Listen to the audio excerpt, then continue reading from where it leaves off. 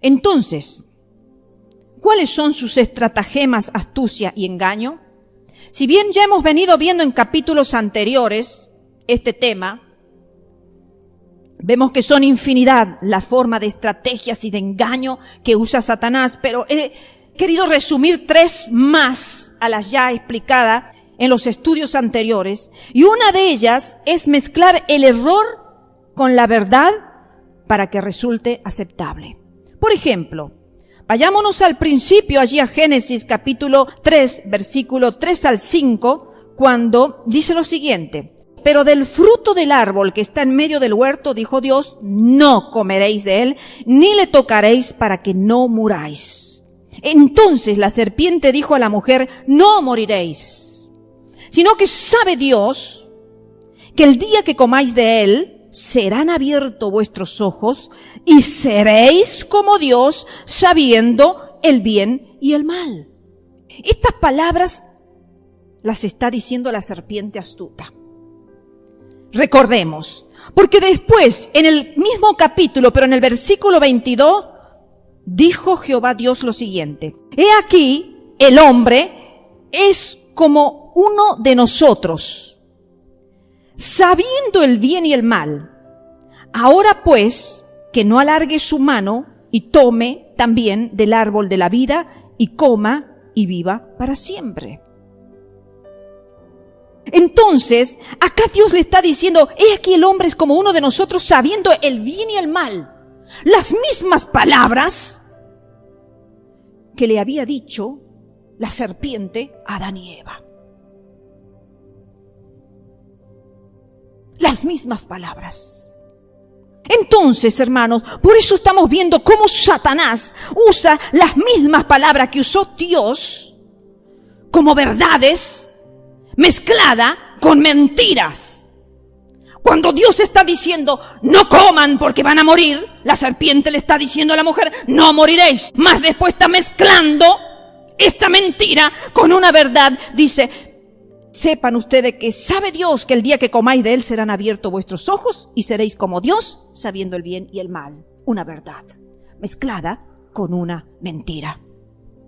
¿Y cuántas veces, hermanos, se mezclan verdades con mentiras para hacerlas aceptables?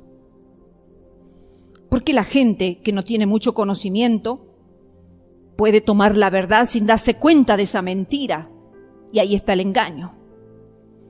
En segundo lugar, otra estratagema o astucia o engaño es citar erróneamente las Escrituras, como por ejemplo en Mateo capítulo 4, versículo 6, cuando dice, y le dijo, o sea, Satanás a Jesucristo, y le dijo, si eres hijo de Dios, échate abajo, porque escrito está, a sus ángeles mandará acerca de ti, y en sus manos te sostendrán, para que no tropiece con tu pie en piedra.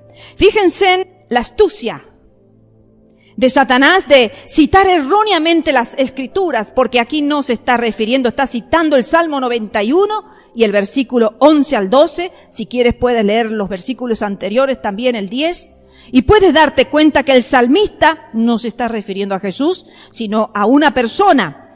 No se refiere a Jesús, sino al ser humano, queridos hermanos. Sin embargo, Satanás le está citando una palabra que está en la Biblia, que está allí escrita, que es real, que a sus ángeles mandarán acerca de nosotros, para que nos cuiden, para que en sus manos nos sostengan, para que nuestro pie no tropiece con piedra.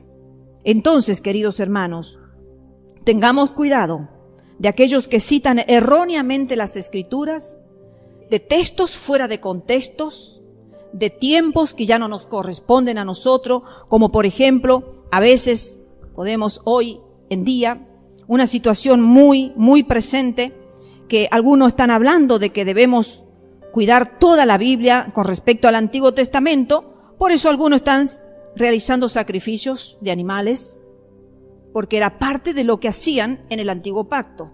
¿Está en la Biblia? Claro que está en la Biblia, pero fue para ese tiempo, antes que Jesucristo bajara a la tierra, antes que el Cordero Santo fuera el Cordero inmolado. Entonces, queridos hermanos, si una persona no conoce la palabra de Dios, puede ser fácilmente engañada por habérsele citado una escritura erróneamente, pero aunque es parte de la Biblia, pero no nos corresponde a nosotros en estos tiempos. Y otra forma de estratagema, de astucia, de engaño, es disfrazarse de ángel de luz. Como dice 2 Corintios 11:14, dice, y no es maravilla porque el mismo Satanás se disfraza como ángel de luz. Y los ángeles de luz están engañando a millones de personas. Incluso hay personas que tienen visiones donde dice, he visto a ángeles y me han hablado y me han dado órdenes, me han dado mensaje de parte de Dios. Pero sin embargo, tengamos cuidados, hermanos, porque el mismo Satanás se disfraza de ángel de luz y hasta puede dar mensajes y hasta puede venir y confundir a las personas si no se sabe detectar realmente que a pesar de ser un ángel de luz es un engañador o el mismo Satanás disfrazado de ángel de luz. Por eso, el apóstol, viendo la peligrosidad de cómo Satanás con todo su ejército actúa en contra de la iglesia, entonces por eso da la orden. En el versículo 13 dice, por tanto, tomad toda la armadura de Dios para que podáis resistir en el día malo y habiendo acabado todo, estar firme. Tomad toda la armadura de Dios. Pablo les recuerde que toman toda la armadura completa, hermanos, completa. El propósito es para que podáis resistir en el día malo.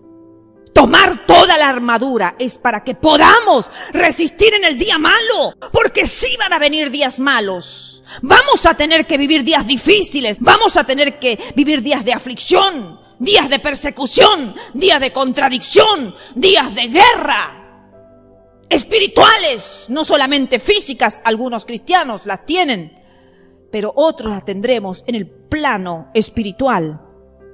Entonces, para que podamos resistir en el día malo. Y como no sabemos el momento en que seremos atacados, entonces siempre tenemos que estar preparados. Porque no vamos a estar esperando para el momento de que veamos que ya viene el enemigo a atacarnos para recién querer ponernos la armadura cuando ya prácticamente estemos destruidos, cuando lo tengamos el enemigo encima y nos haya destruido, sino que todos los días tenemos que estar con la armadura puesta para que no nos derrote. Este soldado que refiere Pablo está vestido, defendiéndose y a la vez atacando. Vemos como en el versículo 11 también usando toda la armadura de Dios. Usándola toda la armadura de Dios va a estar en condición de resistir. Luego sigue diciendo, habiendo acabado todo, estar firmes. Vemos como en el versículo 12 dice, porque no tenemos lucha contra sangre y carne, sino contra principados, contra potestades, contra los gobernadores de las tinieblas de este siglo, contra huestes espirituales de maldad en las regiones celestes. Si nos remitimos a la vida de Pablo, había tenido, y aún también en el presente cuando está escribiendo esta carta, una lucha contra la maldad y contra la violencia judía y pagana, influenciada por Satanás. Porque sabemos que, como lo expresa el apóstol en el versículo 12, no es contra carne ni sangre, sino contra las influencias de Satanás en las personas. Entonces, contra la maldad y la violencia judía y pagana había tenido una terrible lucha Pablo, también contra el judaísmo entre los gálatas y otros, contra el fanatismo entre los tesalonicenses, contra las contiendas, la fornicación y los pleitos entre los corintios, contra el naciente gnosticismo entre los efesios y mucho más fuerte entre los colosenses, y contra la lucha fuera y temores dentro, y contra la ley de pecado y de la muerte obrando dentro de su propio cuerpo. Como lo dice Romanos capítulo 7, Si quieren leer, pueden leer capítulo 7, versículos 7 al 25, pero yo solamente les voy a leer Romanos 7, versículo 17 y 18. Dice, de manera que ya no soy yo quien hace aquello, sino el pecado que mora en mí. Y yo sé que en mí, esto es, en mi carne, no mora el bien, porque el querer el bien está en mí, pero no el hacerlo. O sea que estaba luchando también con su carne, porque él quería hacer bien, pero no podía por culpa de ese pecado que moraba en él y mora en todos nosotros. Y que es una lucha que todos los días la debemos enfrentar con la armadura que Pablo está enseñando aquí. Y ahora vemos que todos los viajes misioneros de Pablo eran como acción de guerra ofensiva. Él no salía a pasear o a decir voy a salir a misionar, de paso voy a disfrutar de los viajes misioneros, conocer otras tierras, ver el paisaje. No. Él iba dispuesto a tener una acción de guerra ofensiva. Pablo invadía los territorios que habían pertenecido al diablo, porque dice que el mundo entero está bajo el maligno. Dice primera de Juan, capítulo 5, versículo 19. El mundo entero. No hay zona, no hay territorio donde nosotros podamos decir me voy a ir a descansar de Satanás. No, allí no está Satanás, allá voy a poder dormir tranquilo, voy a poder salir, caminar, viajar y disfrutar de todo un día, porque acá Satanás no me va a influenciar, acá Satanás no me va a hacer caer. Porque quizás pensamos que en el Hollywood solamente está Satanás. Entonces no vamos a Hollywood, porque allí hay mucha influencia de Satanás. Vamos a la tierra de Jerusalén. Allí vamos a estar tranquilos. Pero, queridos hermanos, todo el mundo está bajo el poder del maligno. En todo lugar donde estemos, hermanos, tenemos nosotros que estar firmes donde nos encontremos. No decir este lugar no es tan pecaminoso, no es tan influenciado por Satanás, ni por las concupiscencias de los hombres que se dejan influenciar por el pecado. Todo el mundo está bajo la influencia del maligno.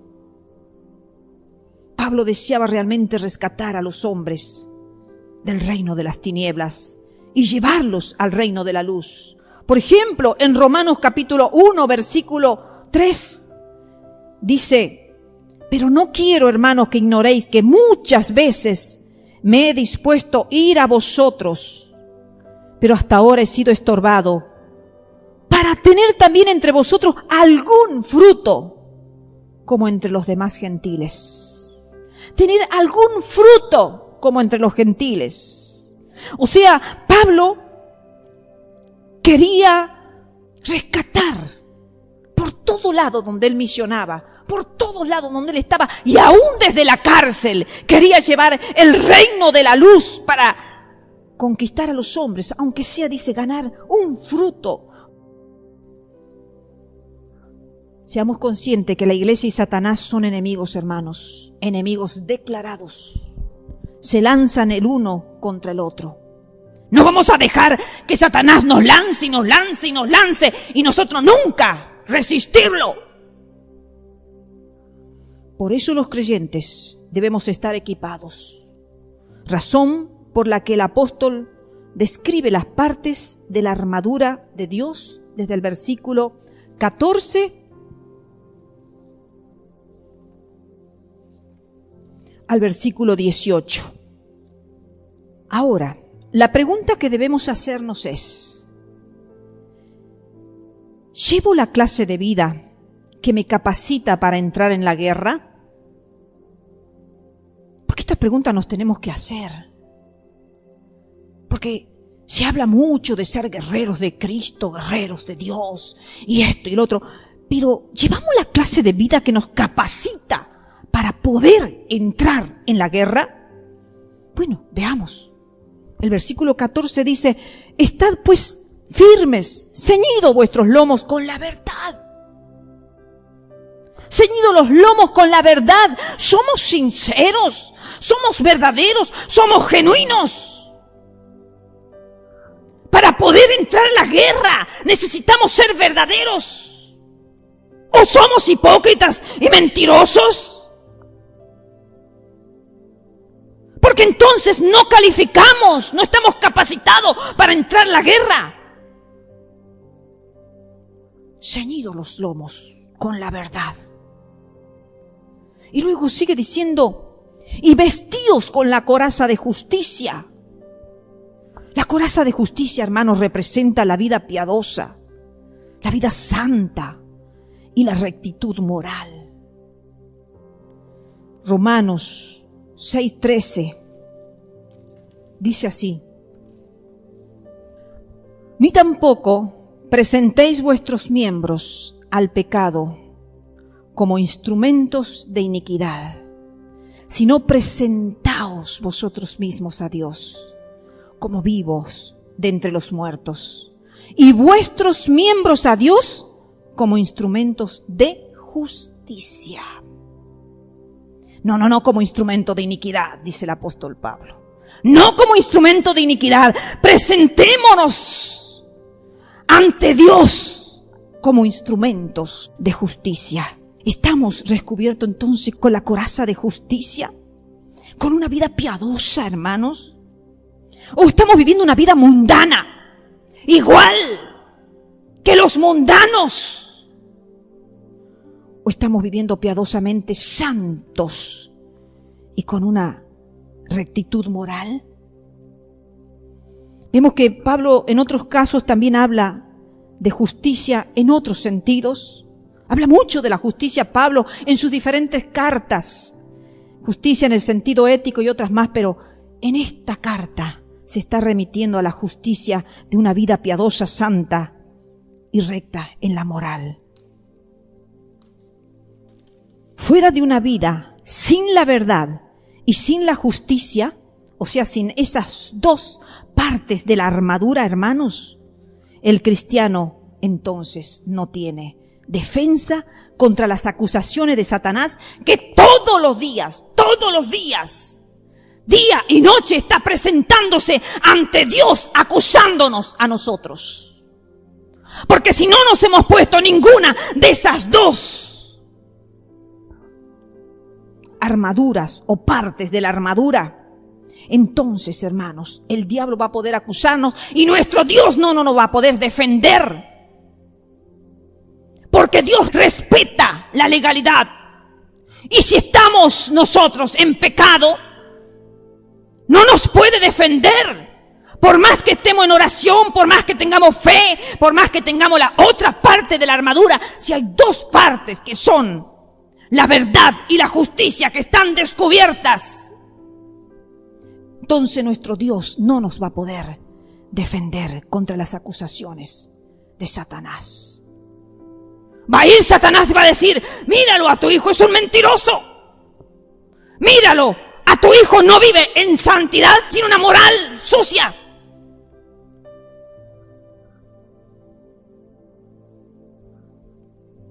Y tampoco el que no se cubra con esas partes de la armadura no tiene seguridad de su salvación. Sabemos cuál es el destino de los mentirosos. En Apocalipsis tiene su parte en el lago de fuego. Está junto con los idólatras y con todos aquellos que nosotros muy fácil lo descubrimos como pecadores.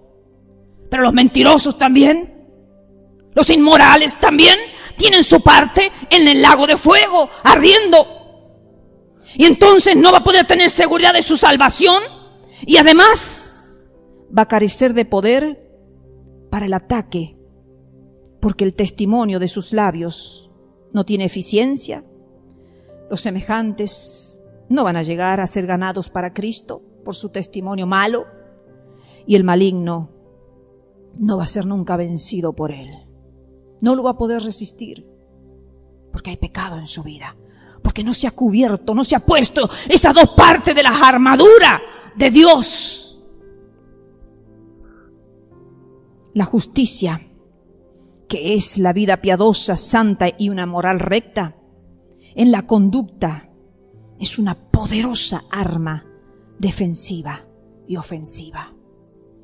Es importante vivir en santidad. Es importante, hermanos, ser verdaderos. Porque son una de las armas que nunca nos ponemos a pensar que Satanás le teme. Porque Jesucristo es el camino y la verdad y la vida. Y si nosotros también somos la verdad, hablamos verdad, vivimos verdad, entonces el diablo no nos va a poder derrotar. El versículo 15 dice: y calzaos los pies con el apresto del evangelio de la paz. Nos vamos a hacer otra pregunta. ¿Estamos preparados para la lucha? ¿Estoy preparado para la lucha? ¿He calzado mis pies con el evangelio de la paz? Porque los soldados, dice que acostumbraban a usar zapatos tachonados abundantemente con agudos clavos, según lo que se cuenta de Josefo en su escrito de guerra judaica. Dice que esta fue una razón importante para el éxito de Julio César como general y también para las victorias obtenidas por Alejandro el Grande, porque sus soldados tenían una buena bota, donde podían conquistar rápidamente territorios extensos por su buen calzado. Y lo mismo cuenta Josefo, que acostumbraban llevar ese tipo de zapatos especiales para la guerra.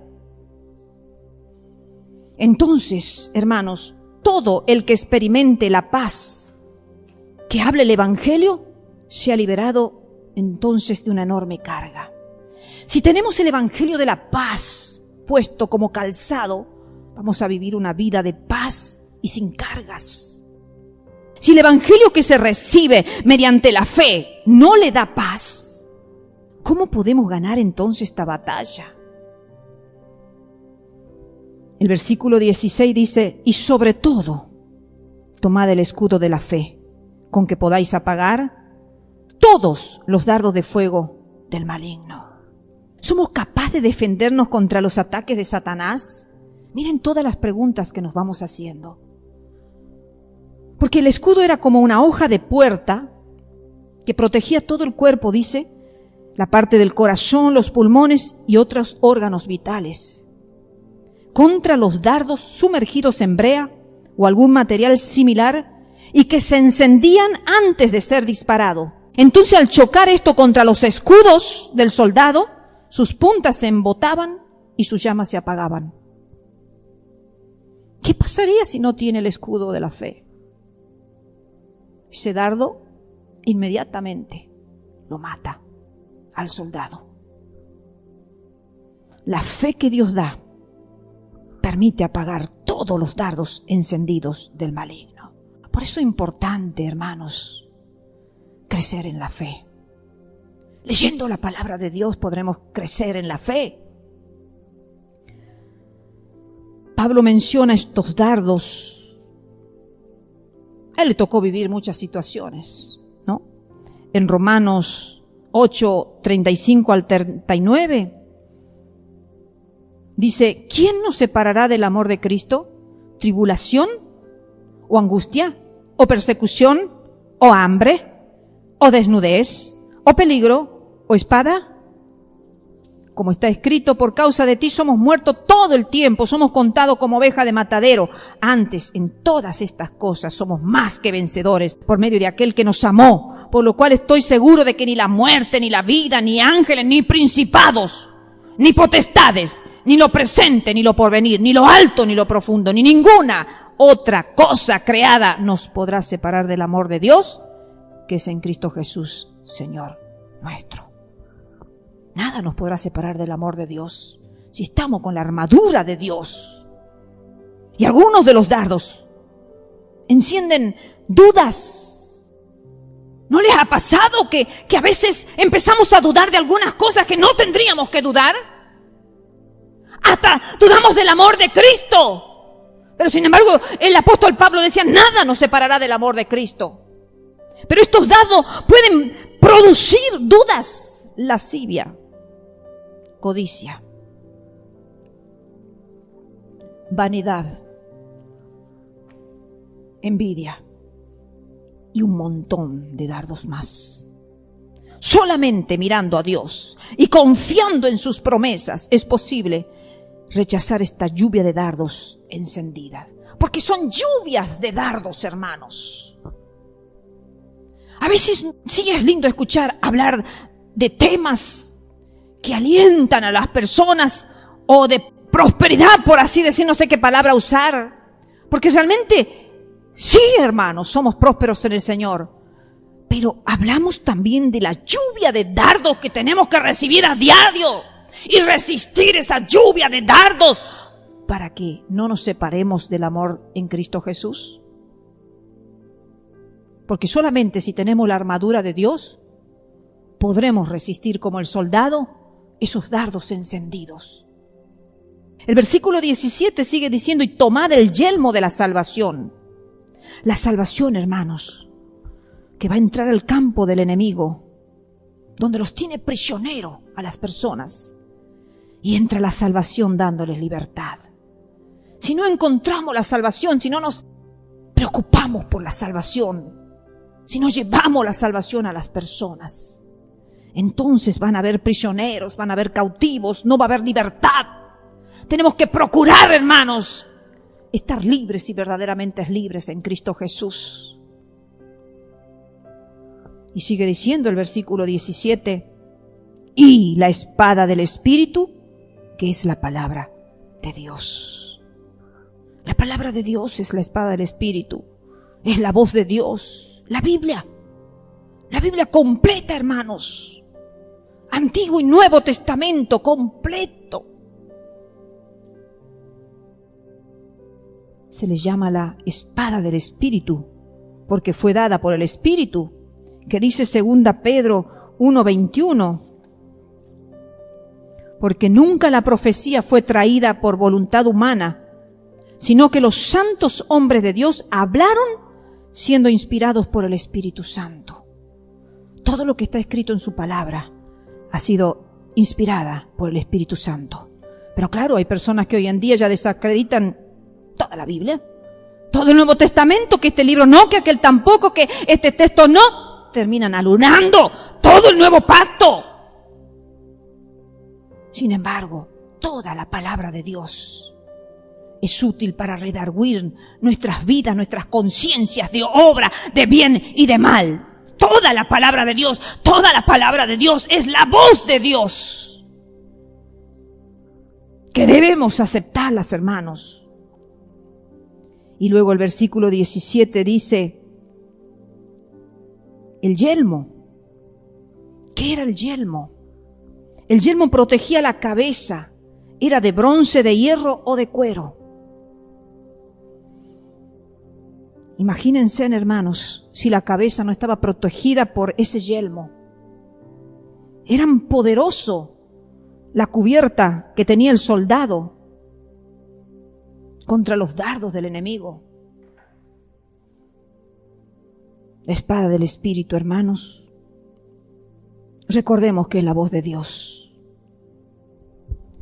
Y los soldados de Cristo son los que la toman a la palabra, la obedecen, la guardan en sus corazones y la predican.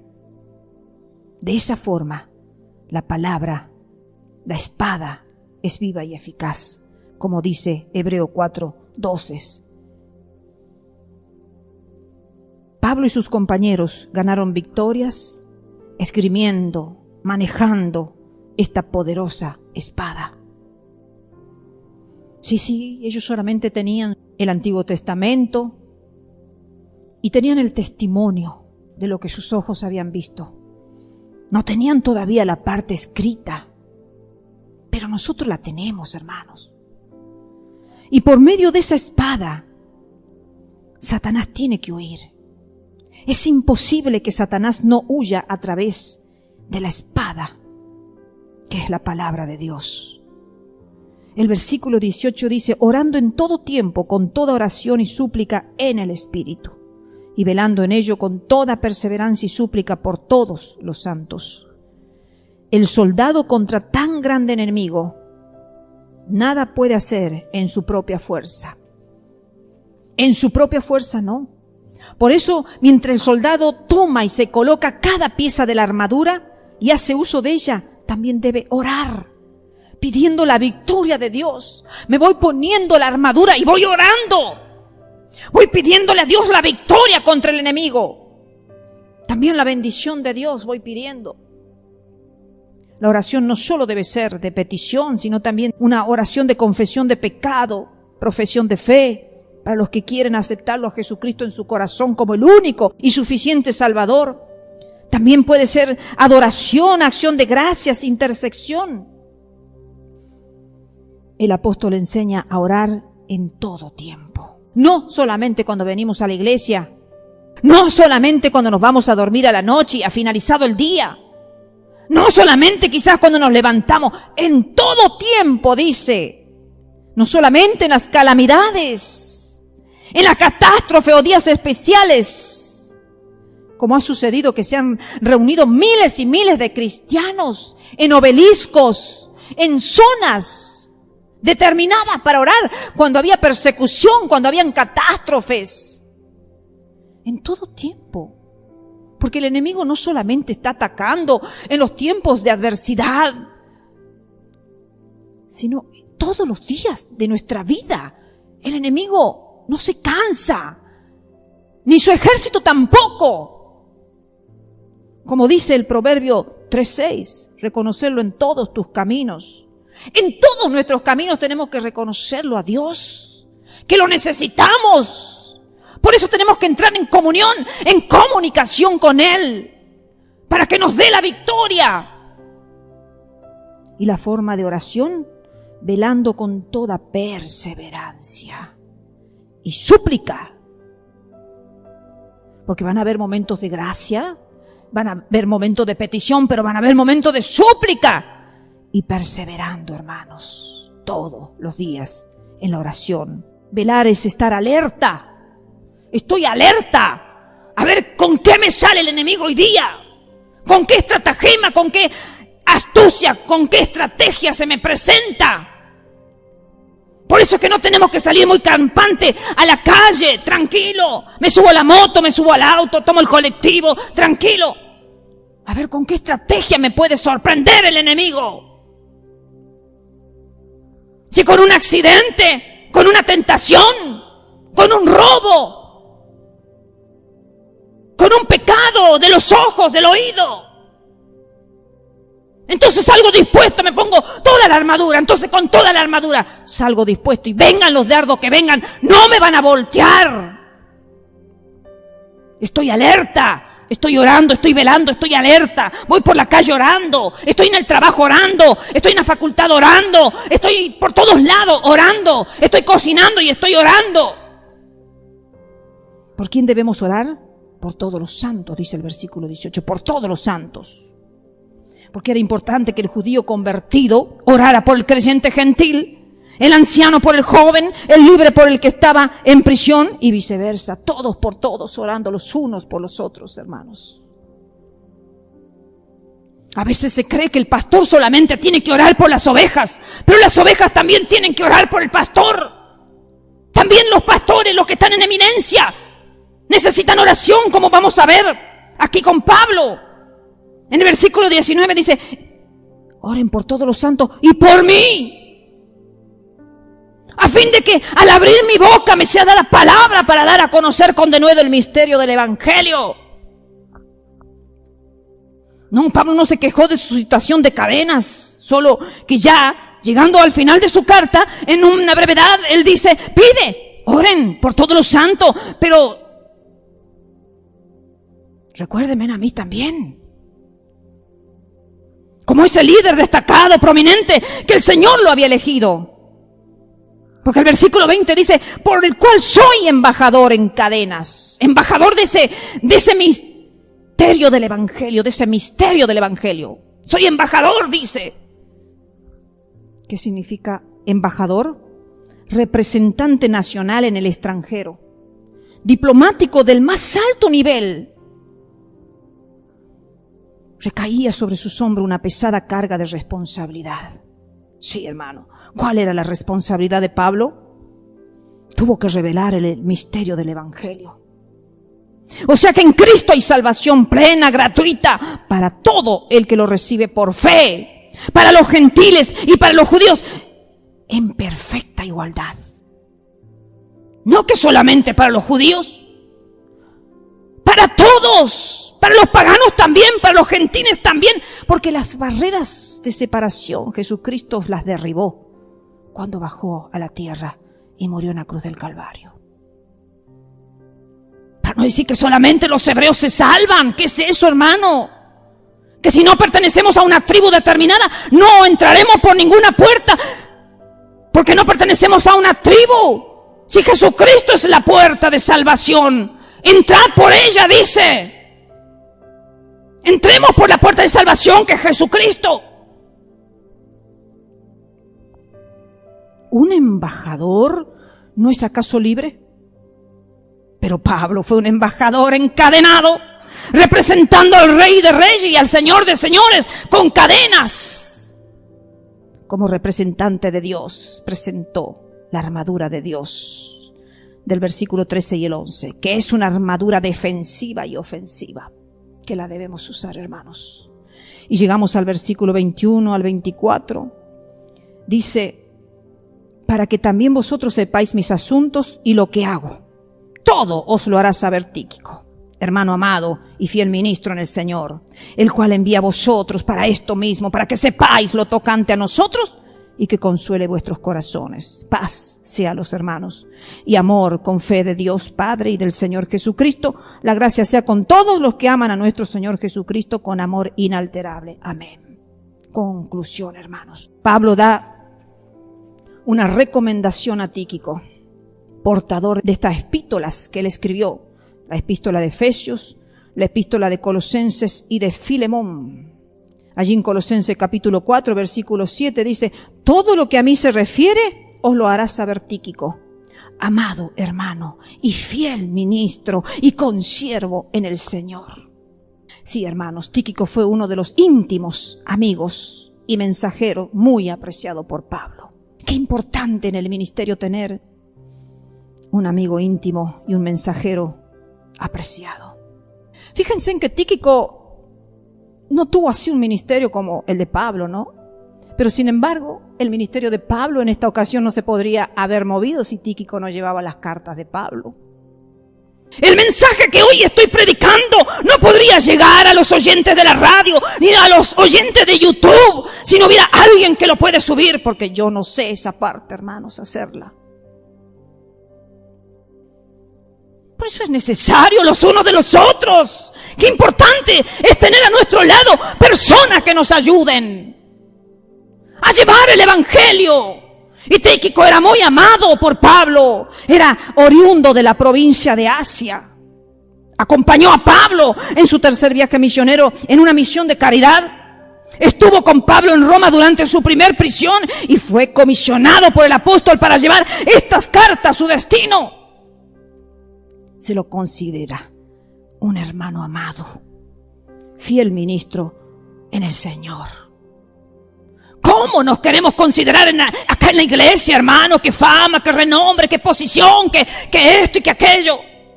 Si el evangelio no puede correr con uno solo, uno siembra, el otro riega.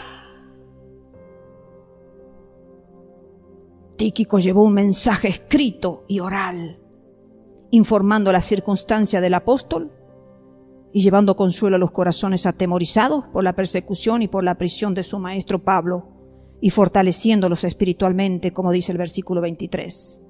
El escrito era la carta, pero el oral era difícil, porque el oral tenía que reproducirse tal cual, no como un teléfono descompuesto, que escucho una cosa, reproduzco otra, le agrego un poquito, le quito.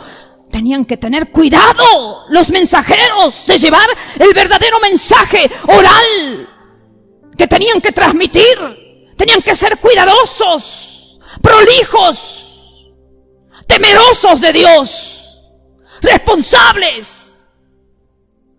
Amar a Dios y al prójimo. Y finalmente la palabra paz y amor y fe, que expresa al final, realmente eran las cualidades específicas que se hacía necesario enfatizar en aquellos días y en esas épocas. ¿No es necesario también enfatizar en nuestros tiempos, queridos hermanos, esas palabras, paz, amor y fe? ¿Se encuentra fe en los cristianos de hoy día? ¿Se encuentra amor en los cristianos de hoy día? ¿Se encuentra paz en la vida de los cristianos? ¿Qué tipo de cristianismo estamos viviendo? Un cristianismo de temor, de inseguridades, de miedos, de preocupaciones, de falta de amor, de falta de fe. Eso estaba pasando en esos tiempos de Pablo. Sí, queridos hermanos. Entonces, resumiendo, vemos que la gracia que Pablo la predicó da como fruto la fe, luego la paz y el amor hacia Dios el Padre, el Señor Jesucristo su Hijo y hacia los hermanos. Y podemos decir que la gracia es el fruto del amor de Dios y de su Hijo Jesucristo, como dice San Juan 3:16, porque de tal manera amó Dios al mundo que ha dado a su Hijo unigénito, para que todo aquel que en él cree no se pierda, mas tenga vida eterna. Entonces, ¿quieres conocer el amor de Dios? Acepta la salvación que te ofrece por gracia, por medio de la fe, y vístete de la armadura de Dios para que puedas estar firme en el día malo y puedas ser salvo. Que Dios nos bendiga a todos, queridos hermanos.